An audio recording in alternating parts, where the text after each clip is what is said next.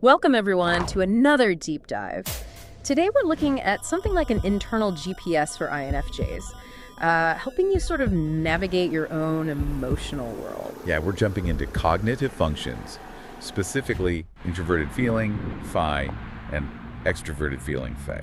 These two get contrasted all the time, don't they? They really do, and for good reason. Great. They're just, well, very different ways of dealing with social situations and really your whole social life. Right, and that's the crux of it, isn't it? That sort of tension, the push and pull between, like, your own convictions and keeping things smooth socially. Exactly. Phi users, they tend to lean on their personal values, their internal emotions first. While Fey users are much more focused on the group harmony, connecting with others. That's the one. So our goal here, our mission in this deep dive, is to pull out the key insights, from the research and materials we've looked at. And give you some practical advice, especially if you're an INFJ, on handling interactions with different types by understanding Phi and Fey better. And crucially, finding a balance between them. Because how these two functions play out really shapes the INFJ experience. Okay, so where should we start? Phi. Start with Phi, that values over connection idea. Okay, let's unpack Phi. If you're an INFJ and you feel your Phi is strong, you probably have this really rich inner landscape, right? Absolutely. Phi is all about those internal emotions, your deep-seated values, your core beliefs. Yeah, the research we've seen suggests Phi users often have a very solid sense of who they are. Definitely. Driven by their own morals, their own convictions. And these convictions are so strong that, well, they often put their own emotional truth, their values, right out front. Even when there's pressure from outside, yeah. That internal compass is strong. But it's more than just values, isn't it? It's like a whole personal moral framework. It is. Highly personalized, very subjective, and it's always kind of being fine-tuned inside. Which sounds like a superpower, and it can be. But brings challenges too. Right, like when interacting with people who just don't share those core values. Exactly. That's where an INFJ with strong Phi might struggle a bit to connect. How does that usually play out? Does it come across as judgmental? It can sometimes seem that way from the outside, but the material suggests it's more of an internal thing for the INFJ, like a real dissonance. Ah, because their knee wants things to make sense, to be coherent. Precisely.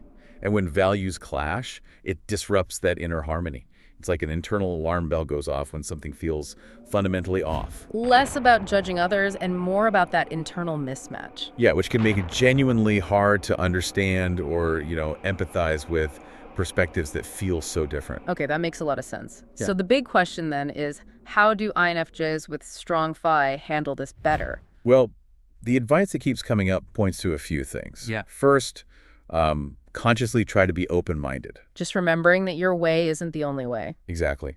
And that it's okay for people to have different values and beliefs. Really try to understand why they might see things differently, not just tolerate it. Okay, open-mindedness. What else? Empathy. But a specific kind for INFJs. How so? It's distinguishing between just soaking up others' feelings, which Faye can do almost automatically and truly understanding their viewpoint without necessarily adopting it as your own. So putting yourself in their shoes intellectually as well as emotionally. Kind of, yeah. Taking that time to consider their feelings, their experiences from their perspective. Got it. And the third thing? Active listening. Really making the effort to hear what someone is saying, trying to grasp their point of view. Even if it clashes with your own internal framework. Especially then. It's about bridging that gap when your inner world feels so strong, so right. Integrating those external views without losing your core self. That's the goal, yeah. Okay, so if Faye is about bridging that gap when the internal world is paramount, what about when the focus shifts outward? Let's talk about Faye. Right, let's flip the coin. Faye, connection over values. So for an INFJ with strong Faye, what does that look like? Well, the sources consistently describe someone highly tuned into external emotions, into social dynamics. Very aware of what others are feeling, what they need. Extremely aware, prioritizing social harmony, connection. It's like they walk into a room and instantly read the emotional temperature. Like an emotional thermostat, you said earlier, trying to keep things comfortable for everyone. Yeah, almost trying to conduct the emotional orchestra of the room. That ability to connect sounds amazing, but where does it become tricky? Where's the downside? Well, that constant awareness of the group's feelings can sometimes lead the INFJ to almost involuntarily mirror them. Even if it clashes with what they're feeling inside. Yes. It can become a kind of emotional chameleon effect, which is why they might struggle to assert their own values or beliefs. Because they don't want to rock the boat. Exactly. Hesitating to express true feelings if it might disrupt that harmony, or even, putting everyone else's needs way ahead of their own well-being. And consistently doing that. Well, that leads to an imbalance, doesn't it? Where your own needs just get ignored. Absolutely. So the advice for INFJs, strong in Ve, is really about finding and using their own voice. Okay, so what's the first step? Practicing assertiveness. It's a skill, really. Yeah.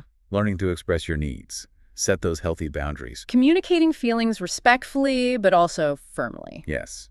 And remembering, as the material often emphasizes, your voice matters. Okay, assertiveness. What's next? Developing self-awareness.